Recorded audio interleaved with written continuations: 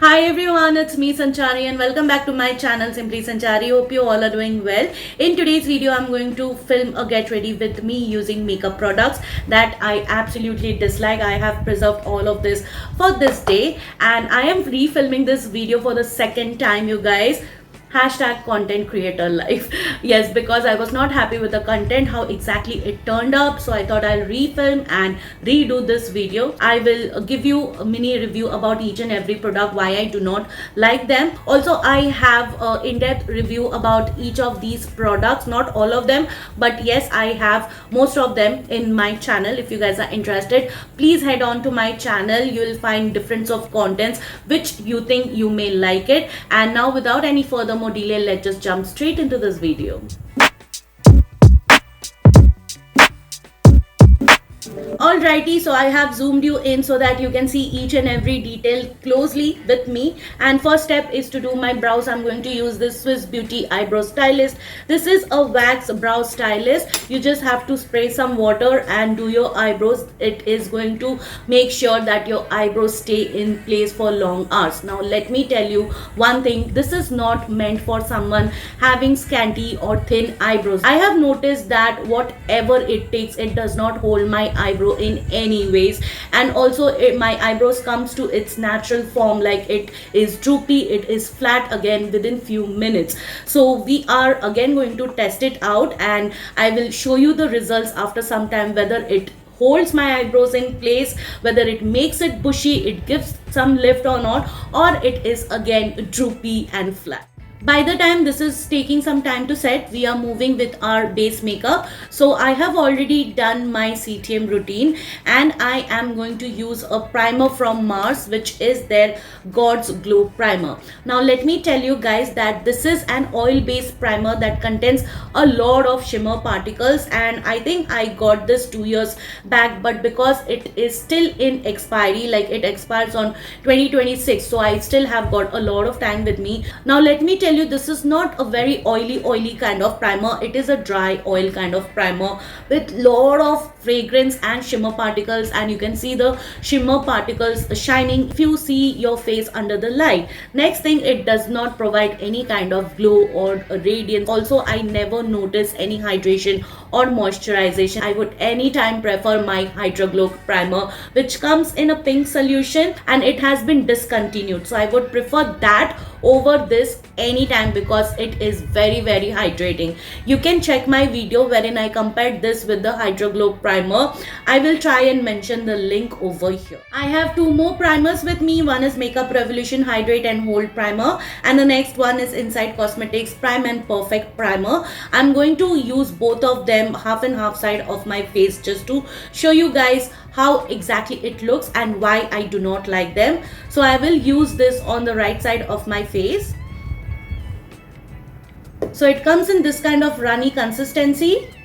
The reason I do not like this primer is because it is not something that it claims. It does not hold your makeup. It does not have any tackiness. Also, it does not hydrate your face whatsoever. I have a dry skin type and I like my primers to be hydrating and nourishing. Also, it should give me some amount of radiance, but this primer does not do that whatsoever. It makes my face look matte, and also after some time I can see that my makeup is just sitting on top of my skin, which looks very cakey overall.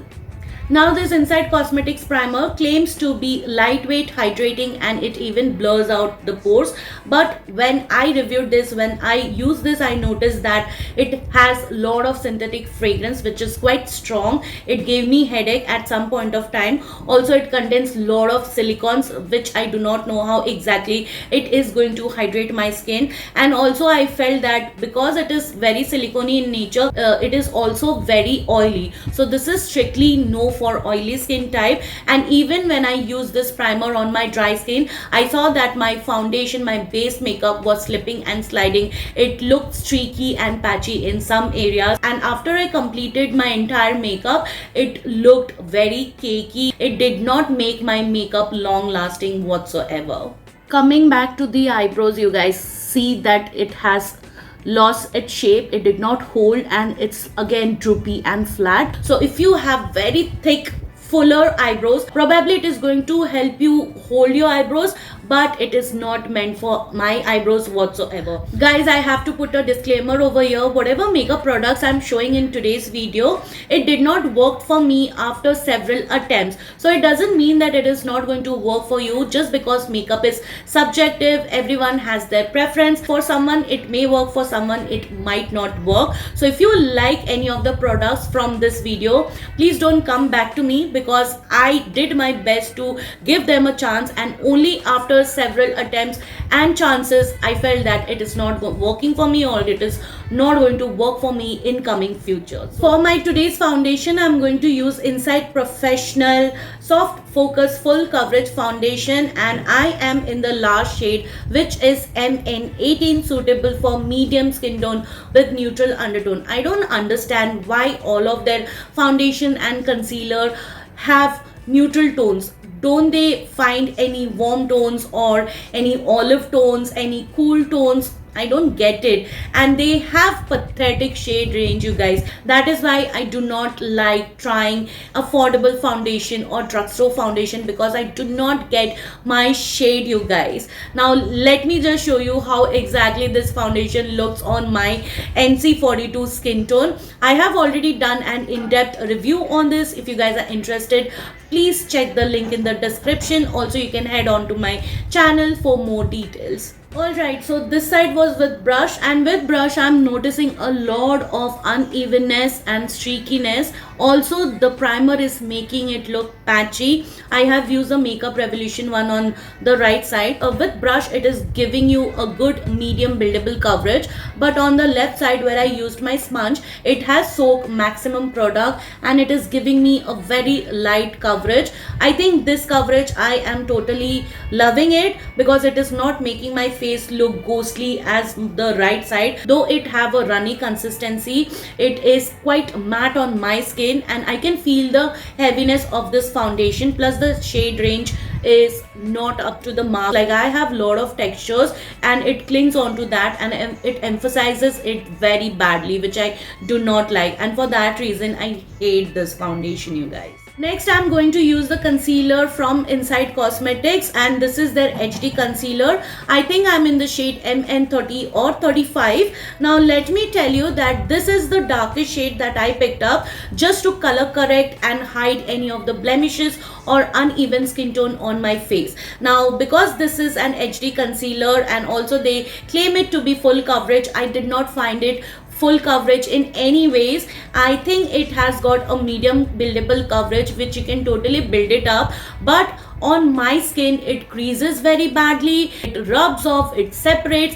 Yes, I have compared this concealer with Swiss Beauty liquid concealer. I think you guys should check out this video, and I think it is not meant for my dry and matured skin type. I have seen people loving this, and for that reason I got this concealer, but after using myself I found that no, this is not something meant for my skin type. For my eyeshadow base, I'm going to use this Tarte Shape Tape Concealer. This is in the shade Medium Tan Sand. I just got this concealer after seeing all the hype it created, and once I received and used it, I did not like the finish whatsoever. Because it is high coverage, it has a matte finish, and whenever I used it, my makeup looked very dry and crusty, and it creases very badly. For that reason, I just use it for my eyeshadow base. Also, because this is a highlighting shade on me, it does not look good. It looks very white, and it looks very off on my face. Look, the Tarte Shape Tape creased instantly, like within few seconds it creased, and the HD concealer from Insight Cosmetics also settled in my fine lines, and it's not hydrating at all. In this step, we are going to set our face using some loose powder. I have two of them with me, which I'm going to use on each side of my face. The first one is Coty Airspun Loose Powder in the shade Translucent, and the next one is Mars Trendsetter Setting Powder, again in the shade Translucent. Talking about the Coty S1, you all must be knowing how much of a hype product this is, and it has been raved amongst beauty influencers. Even this was compared to most of the high-end powder.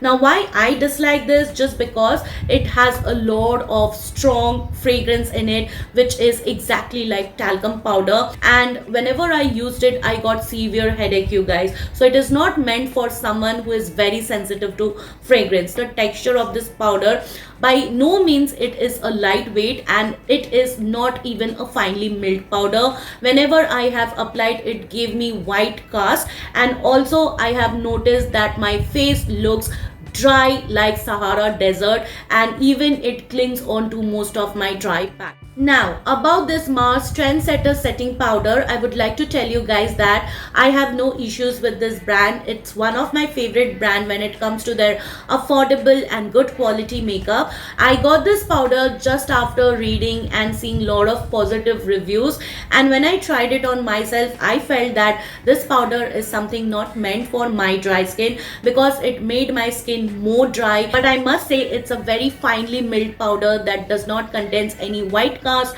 or flashback whatsoever. It is just that not something for my dry and matured skin type. Like, it enhances my texture. So yes, for that reason I have never loved this powder applying it on my face, but I use this to set my eyeshadow base.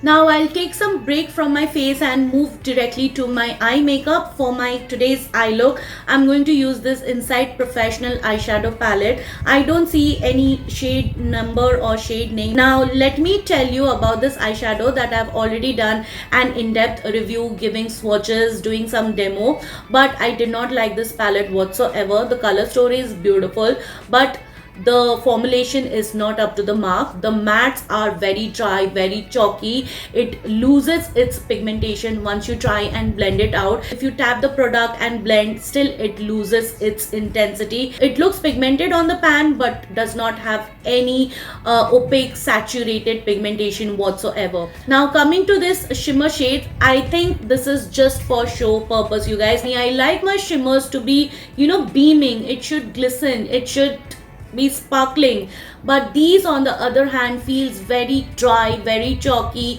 as if a little bit of shimmer powder is mixed with some talcum powder and they have pressed it into the pan, and when I apply, you will see no shine whatsoever. So for that reason I hated the formulation, but the color story is looking very good. So I will just speed up the process and I'll not talk in between. You can see whatever is going on in the video. I will fast forward because this video I don't want to get it more longer.